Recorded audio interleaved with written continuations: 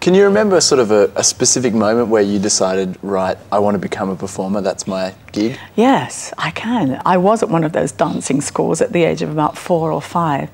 And my brother, Simon, he was putting on the music. And we were doing a dance. There were all these 4- and 5-year-olds all dressed up as bumblebees.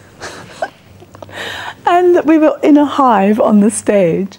And we were all in there ready with our wings and little, you know, brown and yellow striped costumes, and we're waiting and we're waiting.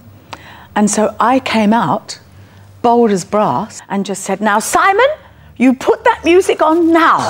And of course, it had that effect. The whole audience went, "Wow!" And I can remember that feeling. And I looked up and it was like I was just washed in love. Can you tell me a bit more about your family and your childhood? You grew up in the UK. My mum and dad were like a double act. My mother, at the drop of a hat, would go into a tap dance in the kitchen. My father would be like the sidekick. When I say a double act, they didn't ever go on the stage, but they were ridiculous together, full of fun, you know.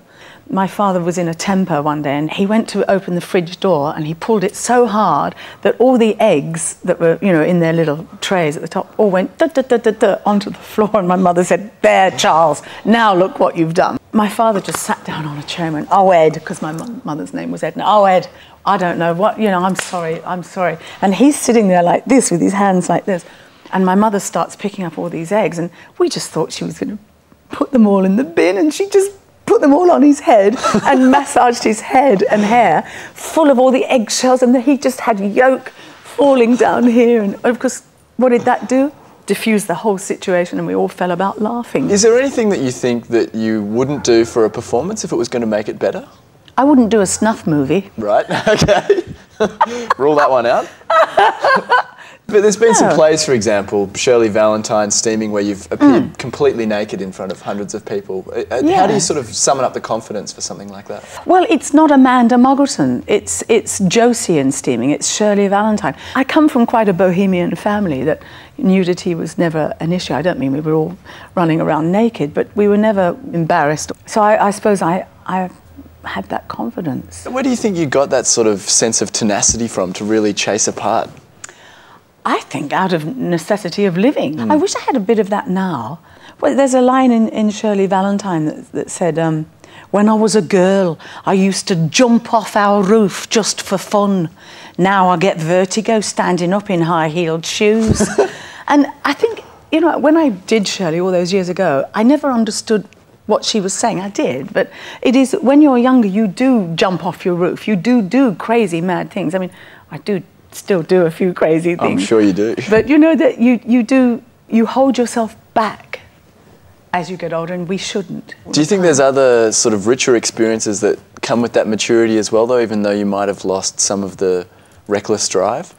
I think I know what I'm doing in bed now, which I didn't when I was younger.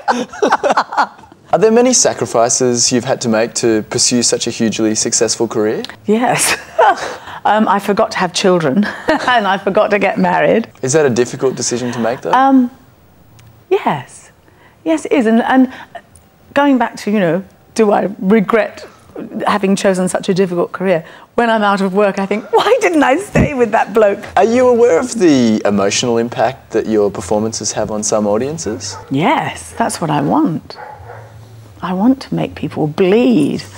I do. I mean, you know, unless you are doing that, what's the point of doing it? I've still got a man who writes to me, and whenever he goes overseas, he signs himself Shirley Valentine, because this man was so moved by the whole story of Shirley and how she just turned her back on her life and flew like an eagle. And he's been doing it ever since. That must be an amazing feeling to be able to inspire people like that. It is, but that's what theatre can do. You know, it can drive a person to live a bigger and better life. It's been a pleasure having you on the show. It's been great, darling. Thank you very much.